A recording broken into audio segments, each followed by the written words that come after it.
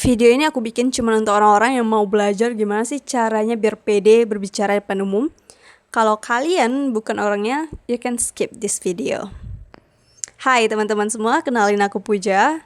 Satu hal yang sampai saat ini aku sadari adalah aku selalu dimanapun dari SD, SMP, SMA hingga kuliah saat ini, itu selalu ditanya satu hal. Gimana sih caranya pede? Gimana sih caranya ngomong tanpa gugup? Gimana sih caranya ngejawab sesuatu di muka umum tanpa kita merasa malu? And I got that question a lot since I was in saat SD, SMP, SMA hingga kuliah. Satu hal yang aku sadari bahwa PD dan juga public speaking yang bagus itu adalah hasil latihan. Like, kamu gak bisa serta-merta semalaman tiba-tiba di malam hari kamu bilang, oh aku besoknya mau pede, dan tiba-tiba kamu ngerasa pede, tiba-tiba kamu merasa bagus, besoknya no, it's impossible. Karena aku merasa dari sejauh ini perjalanan bisa dibilang like 15 tahun kurang lebih, itu adalah perjalanan gimana aku ngelatih mental, ngelatih pede, ngelatih public speaking yang kata orang itu bagus. But disclaimer dulu, aku gak ngerasa public speaking aku itu bagus. Dan aku pun merasa hal-hal normal yang bakal kalian rasain. Like, kalau kalian mikirnya aku sudah selama itu aku pasti nggak takut, aku pasti nggak nervous, aku pasti nggak gemeteran, you got me wrong. Because aku sampai saat ini juga masih ngerasain itu. Setiap kadang mau tampil aku pasti ngerasain cemas dulu, jantung dak-dikduk, udah mikirin overthinking duluan. But the difference is between you and me that I choose to step forward. Like, aku pilih untuk selalu maju, bahkan dengan ketakutan itu. And aku tahu kalian mau belajar gimana sih caranya pede dan juga gimana sih caranya biar public speaking yang bagus. Like, but if I could give you one tips, aku bakal ngasih tahu hal ini. So, sebelumnya itu aku bakal ceritain dulu gimana sih aku bisa jadi kayak gini. So, waktu SD itu orang tuaku, terutama ibuku, itu selalu nge-push untuk selalu raise your hand di dalam kelas. Jadi waktu kelas 1 SD itu kan saat awal-awal masuk sekolah, itu minggu-minggu awal itu kebanyakan orang tua murid itu bakal berdiri di jendela kelas waktu mau pulang sekolah untuk ngeliatin anak-anaknya gimana sih anak-anaknya itu belajar atau adaptasi selama awal-awal masuk sekolah, dan termasuk orang tuaku, ibuku waktu itu. And saat itu biasanya setiap sebelum keluar dari kelas, guru itu pada ngasih satu challenge, kalau aku bisa bilang, like, siapa sih yang berani mau nyanyi atau mau nari atau mau nampilin sesuatu atau mau ngomong sesuatu di depan. And saat guru bilang gitu, aku pasti bakal nengok ke jendela karena orang tuaku di sana bakal bilang gini, ayo maju aja, nggak apa-apa, maju aja. Like, kalian bayangin, aku nggak tahu aku mau nampilin apa, aku nggak tahu sih. Like, I don't have that encouragement at the time. Like, aku pikir aku nggak seberani itu waktu dulu. Tapi anehnya saat aku lihat orang tuaku, dia selalu support, like, ayo angkat tangan, nggak apa-apa gitu. Aku tiba-tiba aja angkat tangan and said like, yes, aku mau maju ke depan. Dan apa yang aku lakuin? Aku nyanyi sambil nari. Like, nari-nari, ya goyang-goyang gini aja sih. And saat itu, orang tua murid semua itu pada terpukau karena I'm the only one student in that class yang berani maju ke depan. Dan bisa dibilang yang biasanya kan kalau orang-orang yang maju itu bakal disuruh cepat pulang gitu. Nah, itu aku pertama yang keluar dari kelas. Saat itu aku hanya run toward to my mother and said like, mamaku tertawa, mamaku bangga, dan aku cuman ya okay, that's it. Aku gak mikirin itu banget sih, soalnya aku gak ngerti waktu itu.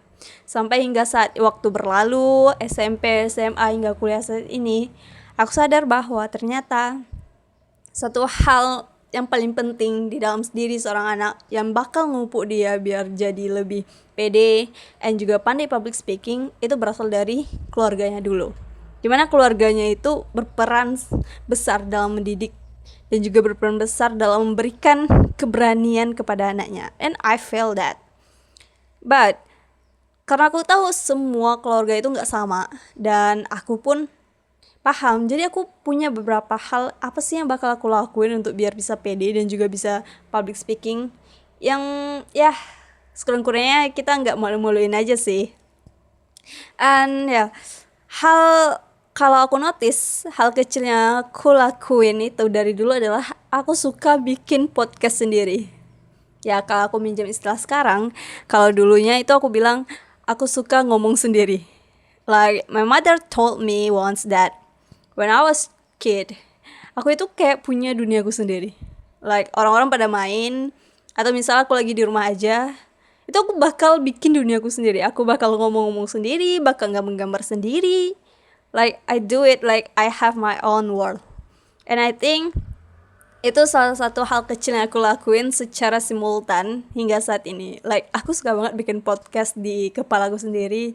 Kadang kalau aku sendirian, aku bakal bikin like seakan-akan ada orang banyak, dan aku bakal mulai berbicara like influencer gitu. Dan itu ternyata ngefek banget loh untuk gimana sih kita bicara nantinya di depan umum, dan gimana sih pronunciation atau artikulasi, atau gimana cara kita untuk berbicara nantinya. Like itu mungkin salah satu hal yang berpengaruh pada aku. Dan kalian bisa mungkin coba, nggak harus di luar, mungkin di dalam kamar ataupun di dalam kepala aja, kalian bikin podcast like there is A, there is B, and kita bakal bicara satu topik random. Dan yang kedua adalah itu aku suka baca, dan aku baca dari penelitian dari buku-buku dari orang-orang yang memang suka public speaking. Dia bilang gini, kamu nggak mungkin bisa bicara ngomong kalau kamu nggak suka baca. So tadi aku mikir, apa korelasinya ya? Dan saat sekarang udah dewasa ini, aku baru nyadar ternyata memang benar, membaca itu punya pengaruh banget untuk bikin gimana cara kita ngomong. Aku ngelihat perbedaan di teman-teman aku, orang yang suka baca dengan orang yang gak suka baca, lalu disuruh ngomong, itu nampak banget kelihatannya gimana sistematis urutan dia bicara, gimana artikulasinya, gimana sih kata-kata yang digunakannya gitu, kalimat-kalimat yang digunakannya itu nampak sekali berbeda. And I think like jika kamu mau ngomong sesuatu, please kamu harus baca buku. I know like buku sekarang pada mahal, dan aku tahu mungkin gak semua orang punya budget untuk beli buku. Tapi kamu bisa baca mulai dari HP, kamu bisa search artikel, kamu bisa baca hal-hal yang bikin kamu penasaran dulu. Apa sih kamu suka? Like kamu suka games, yaudah search berita-berita. Kalau kamu suka make up skincare, yaudah search tentang itu. Atau kalau kamu suka tentang seseorang like influencer atau artis atau pemain bola mungkin, yes, untuk yang laki-laki, kalian bisa baca dari itu. Like kita mulai dari hal-hal kecil, mungkin satu paragraf dulu, satu artikel kecil dulu, nanti kita bakal perlahan-lahan ke tingkat yang lebih sulit. Dan selama ini aku itu bisa dibilang suka baca dari SD. Enggak juga sih, aku mikirnya gimana sih aku bisa suka baca sekarang, itu karena mungkin pengaruh dari orang tuaku, ibuku. Jadi waktu SD itu kami punya perpustakaan, dan ibuku tuh sering minjem di sana. Like sembari nunggu aku pulang, karena aku dijemput setiap hari, jadi orang tuaku bakal nongkrong di perpus, bakal ngambil buku random, bakal baca. Nanti waktu pulang, waktu malam, waktu kami kumpul, orang tuaku bakal ceritain apa sih buku yang dia baca itu, dan kami bakal ngedengar gitu. And that's why saat itu aku tertarik untuk membaca lebih banyak buku cerita, buku fiksi, dongeng, fabel, and so on. And ya, itu yang kedua, suka baca buku dan harus banyak baca buku. Yang ketiga adalah aku tahu ada perbedaan di mana kita ngomong sendiri dan ngomong depan orang banyak. Like there is pressure, I think, like ada tekanan yang berbeda saat kita ngomong sendiri dan juga ngomong depan orang banyak yang nyata, face to face. Dan kita mau ngomong like, Kak, aku mau ngomong di depan orang banyak, tapi kalau latihannya gitu nanti gagap, nanti blank, jadi malu-maluin gitu. Jadi gimana cara biar latih sendirian tapi bisa gitu ngefake ke saat kita ngomong ke orang banyak.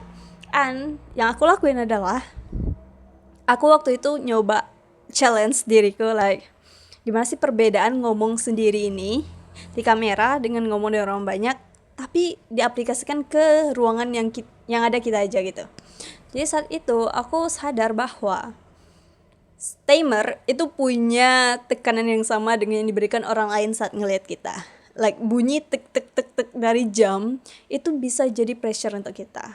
And I think like itu adalah salah satu hal yang menurut aku worth it untuk dicoba. Saat kamu mau mulai belajar ngomong sesuatu, kamu bisa ikutin challenge ini.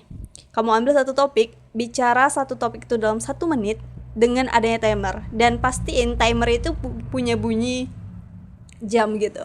Jadi saat dia mengurangi atau berkurang gitu, jadi kita bakal ngedengar dan otak kita bakal secara nggak langsung tersimultan like, wah ini ada waktu mau habis, kita mau ngomong apa aja sih gitu. Nah jadi itu bakal ngasih pressure yang sama menurut aku. Di ini based on my experience saat kita ngomong di depan umum, like kita tahu orang-orang bakal ngelihat kita dan pandangan mereka itu sama dengan timer yang semakin berkurang. Dan itu adalah hal yang aku lakuin. Lalu yang ketiga, challenge 1 menit dengan timer yang berbunyi, yang ada tik-tik-tiknya. Nah, yang keempat, itu adalah record yourself. Like this. Aku juga ngerasain perbedaan saat aku cuman ngomong aja tanpa ada kamera, tanpa ada apapun yang merecord. Itu aku ngerasain perbedaan dengan saat ini yang nge-record. Like saat tiba-tiba ngeliat diriku di kamera dan waktu berjalan, kan di sini ada waktu ya di ujung ini. Nah itu ngeliat waktu berjalan aku tiba-tiba ngeblank. Like ini mau ngomong apa ya? Tiba-tiba aku ngerasa aku nggak bisa berbicara sebagaimana mestinya. Like kalau sekarang kan ini kayak aku bicara ke teman-teman aja, kayak ke saudara, ke keluarga, ke orang-orang. Tapi waktu pertama kali aku nyoba itu bicara di kamera, itu kayak aku gak pandai bicara. Like gagap banget, kaku, dan juga kalimat-kalimat yang aku ucapkan itu gak aktif, gak efisien sama sekali. Like kayak orang baru mau mulai belajar bahasa. That's it. And itu karena itu aku selalu ngebiasain diri untuk nge-record apapun yang aku katakan, walaupun gak aku up juga di media sosial, tapi aku punya you know like dokumentasi, dan aku bisa ngeliat itu. Suatu waktu aku ngeliat, aku bakal nyadar, oh ternyata apa yang aku ucapkan di sini itu aku bisa perbaiki di sini. Ternyata saat aku ngomong kayak gini ternyata seperti ini. Jadi aku bisa evaluasi dari video tersebut. And last one is yes, latihan sih. I think menurutku aku selalu percaya bahwa segala hal yang kita lakuin itu bakal ada rasa takutnya. Like bahkan untuk hal sekecil apapun, like minta tolong ke orang lain, itu kita bakal ngerasa takut, cemas, dan hal lainnya. Begitupun dengan saat kita ngomong di depan orang banyak gitu. Aku tahu bakal ada perasaan takut salah, takut diejek, takut untuk diomongin, but I want to know that everyone yang sampai sekarang ini yang punya public speaking yang bagus, yang juga sukses, juga pernah ngalamin hal itu. Mungkin hingga sekarang. Jadi aku ngerasa like rasa takut itu adalah hal yang sepaket dengan rasa keberanian. Masalahnya adalah kalau kita step forward and choose it, kalau kita choose untuk takut, untuk nggak berani, untuk nggak maju, ketakutan itu nggak akan hilang di masa depan. Like kalau sekarang pun kamu beraniin diri untuk ngomong di depan umum, aku yakinkan bahwa di masa depan lagi, di tempat yang berbeda, kamu juga bakal ngerasa takut. It doesn't mean like if you want to, like jika saat ini kamu memutuskan untuk berani, kalau tiba-tiba di kemudian hari kamu merasa gak takut lagi, aku rasa itu gak mungkin juga. Soalnya setiap saat itu pasti bakal kita dibayangi dengan rasa takut untuk ngelakuin sesuatu. bahkan untuk hal sekecil apapun. Karena itu, karena kedua pilihan sama-sama memberikan rasa takut, bedanya adalah pertama kita berkembang, kedua kita bakalan stuck. Ya kenapa nggak pilih yang berkembang, soalnya kita bakal sama-sama ngadapin rasa takut. And that's why I think, so if you guys want to like practice, aku bakal senang kalau kalian bisa ngelakuin apa yang aku lakuin saat ini, dan juga berani untuk bisa stand out in the public. I mean like in the positive way. Ya, aku rasa itu beberapa tips yang bisa aku kasih ke kalian. And let me know if you practice it and you try it out, and let me know the result. So see you guys. Assalamualaikum.